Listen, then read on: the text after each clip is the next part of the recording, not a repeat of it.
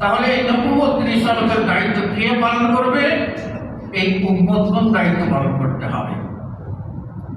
এই উম্মতের উপরে আবশ্যকীয় করণীয় হলো এই দাওয়াত ও তাবলীগ এবং আমরু বিল মারুফ ও নাহি আনিল মুনকারের কাজ করা।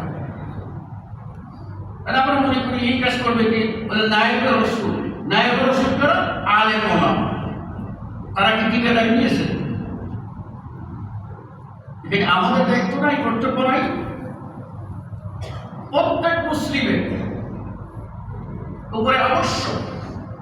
আল্লাহ রাব্বুল আলামিন তার রাসূল সাল্লাল্লাহু আলাইহি ওয়াসাল্লামের জবান দিয়ে কোরআনে উল্লেখ করেছেন। সূরা ইউসুফ 108 নম্বর আয়াত, কুল হাযিহি সাবিলি আদ'উ ইলাল্লাহ আনা ওয়া মান ইত্তাবা'আনি।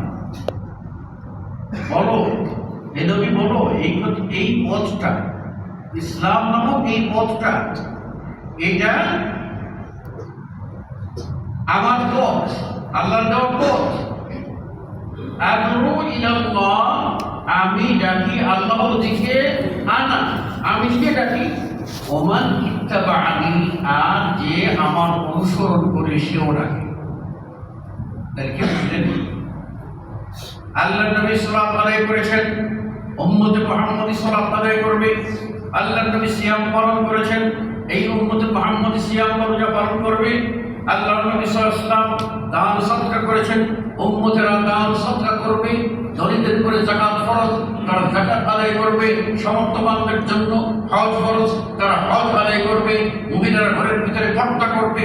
এই সবগুলি যেরকম ফরজ, ঠিক অনুরূপ একটি ফরজ হলো আমরু বিল মারুফ ও নাহি আনিল মুনকারের কাজ করা, ভালো কথা, ভালো কাজের আদেশ দেওয়া, খারাপ কাজ থেকে নিষেধ করা।